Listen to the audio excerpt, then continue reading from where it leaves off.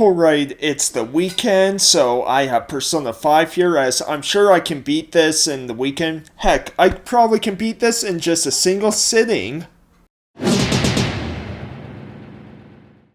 I'm 50 hours in, I still haven't gone to the first palace yet.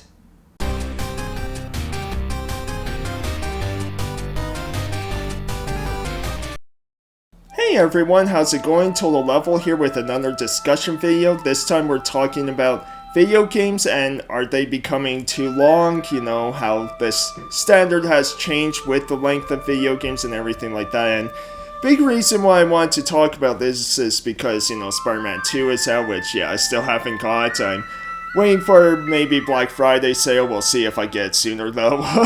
You know, see if I cave in, but, you know, that game, a lot reviewers are like, well, because it's like 20 hours long, like, that's a big negative, and which sounds so weird to me. And also, yeah, like, I got a comment a while ago talking about how this person likes retro gaming because modern games they don't have a whole lot of time for, so it's nice for them to pick up some Super Nintendo or Game Boy game that they can beat in under an hour, sometimes maybe around 5 hours, right? Like, nice bite-sized experiences, right? And so I thought it'd be interesting to talk because, you know me, I do love my RPGs, especially JRPGs, right? So, and one of the big reasons why I like about them is their lengths, right? Because, you know, games are expensive, and so when you buy a game that's going to be 50 to 100 hours long, like, you really get your money's worth.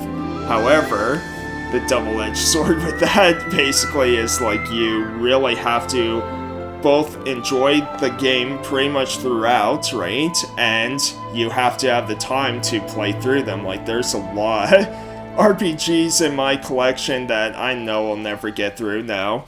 Right now I'm playing through Panzer Dragoon Saga, which is a smaller size RPG, right? I think it's around 15 to 20 hours long, which is really nice because I hope to beat that before Star Ocean Second Story comes out, because I played the demo of the remake and it's like, yeah, I have to get it. I do have the original, but I never gone through it, so with the remake it's a good time to dive into the series now, right? And then maybe after I beat that I'll check out the original game too, but yeah, it's just interesting to think about because, you know, yes, like, RPGs are always going to be long, you know, and even back then they were very advertised to be like, hey, this game is 80 hours long or this one's 60 hours, like, that's what you would get on the back of the box art, right? It's just, yeah, kind of promoting how long a game is, right? And now we're seeing that a lot now, where a lot of game companies are promoting, like, how long a game will be, and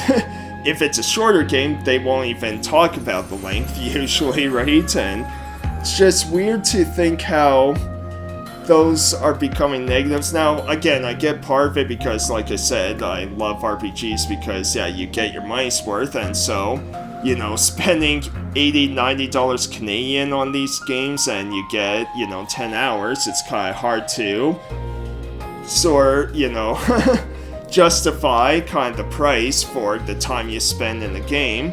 However, you know, there are still a lot of great games out there that are, you know, smaller experiences. A big example would be Ratchet & Clank Rift Apart. Like, that game is like one of the best, if not the best, PS5 games still, and it's still like one of the few PS5 games to really take advantage of the PS5 hardware with, you know, the load times and ray tracing and everything like that, right? And, you know, you don't see it too often, but yeah, kind of gone are the days of having, you know, a even smaller title of being $40, $50 that's only like an hour to experience, right? Like, we're not going to get those same just Game Boy games anymore, or how it was a lot too is, you know, we would have a lot of spin-offs on handheld consoles, right? We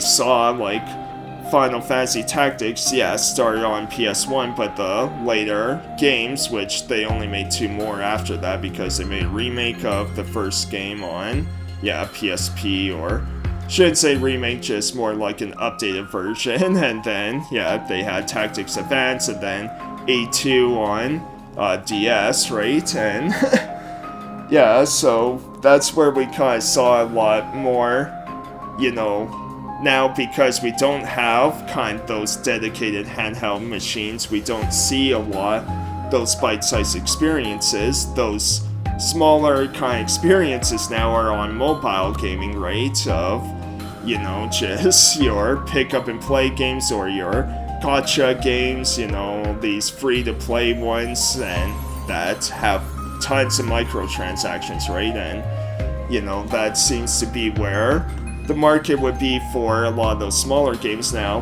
For me, yeah, mobile game isn't for me. I did check out the Final Fantasy Ever Crisis just because I was curious and all that, but yeah, just not quite for me, but you know, it's just interesting to think about because for me, you know, if a game's just pure fun, then, you know, I don't care too much about the length. Like, it all depends, and the way I see it too is it's like, well, if you like a game so much that you wish it was longer, then that just shows how great of a game it was, right? And the thing too is, kind of like I said, where, you know, 100-hour game, you have to have the time for it, you have to have, you know, the patience for it, because there's going to be parts that you might not like or probably won't like, you know, certain sections, right? And that's the big thing is for a 10 to 20 hour experience that can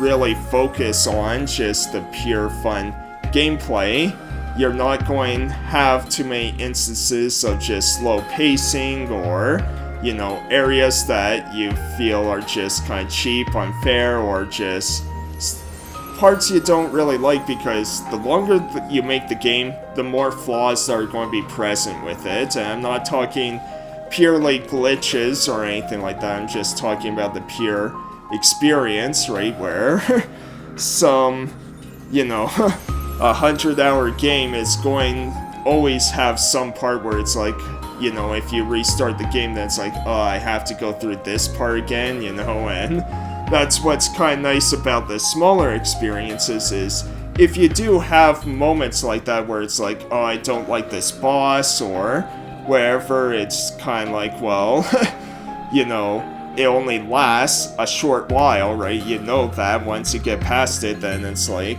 yeah, you're not going to spend 10 hours on that one section because, you know, I opened up with the joke about Persona 5 and everything, and I love Persona 5, but yeah, the beginning of that game is so slow, like, you know, it's probably why they added kind of like the beginning casino heist thing, because yeah, it's just like, once you get into the game, man, it's just very slow paced, right, where it does take around 10 hours or so before you really get to dive into your first palace in that game, right? And again, I love it, but yeah, you have to, like, unless you're skipping all the dialogue, you have to slug through all that, just beginning dialogue and that beginning build-up, right? And that can be quite tedious for a lot of people, but yeah, you know, again, I do, like, I'm kind of mixed with both, because I like both experiences, right? Like I said, love my JRPGs, and, you know, there's so many I loved, like Xenoblade Chronicles 3, you know, 100 hours long, but man, did I love pretty much every second of it. The only thing I didn't really like is the gathering stuff, because I hate gathering quests so much, right? So, but you know, I also like my bite-sized experiences, and it's kind of why I've been balancing a lot of modern and retro lately, because, you know, I haven't, like, usually each month I do, like, games I beat for a month, and I haven't done that for September because there wasn't too many I beat, just playing too many kind of longer games, right? And yeah, so kind of balancing of like, okay, I'll play some retro games and some modern ones so that, you know, I can beat quite a few each month. And yeah, just a lot of modern games are becoming a lot longer because, and part of that is because they have RPG elements. Like I love Sonic Frontiers. It was such a fun game, and it was a great example of like a game I wanted more of, which kind of got because we got free DLC with it, with playing as Tails, Knuckles, and Amy, right? But you know, that game had a skill tree, and it was like the most unnecessary skill tree out there, but it's like, and along with the level up system of leveling up your attack, defense, rings, and speed, that's it. But it's like, okay, why do we need this much RPG elements in a Sonic game? And that was a long game too. Like for a Sonic one, that took around 20 hours to beat. And then yeah, I also recently beat the Saints Row reboot, and that has a mini skill tree. It's very basic. It's more kind of like as you level up, you unlock a new ability that you can equip and all that. But yeah, just so many games, which I think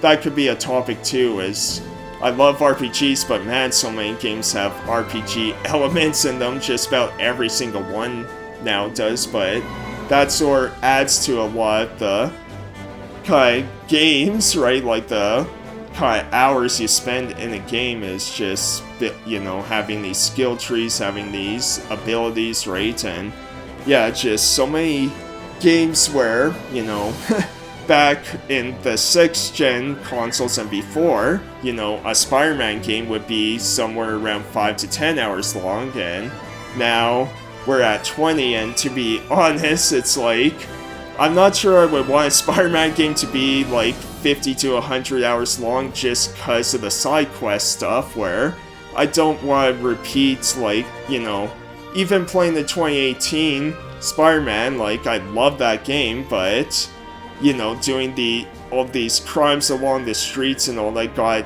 kind of tedious since they were super repetitive, right? So yeah, I think I'll end it there as, yeah, let me know what you think. Are games becoming way too long for you? Are you struggling to beat a lot of games because of that? Or are you perfectly fine with, you know, modern games being these long experiences, especially with the price of video games, right? So yeah, I would love to hear your thoughts on all this. Again, I like both aspects, right? Like, I just like video games in general, but I think this was an interesting topic to talk about because it seems to be a big deal lately for a lot of people. So yeah, let me know in the comments, and I'll see you next time for more discussion videos along with other videos I do on my channel. Alright, thanks everyone, have a great rest of your day. Hey everyone, hope you enjoyed the video. If you did, be sure to leave a like and comment, and subscribe if you want to see more, or if you just want to see any of my skits and then nothing else and leave the video, that's fine too. Thanks everyone, take care.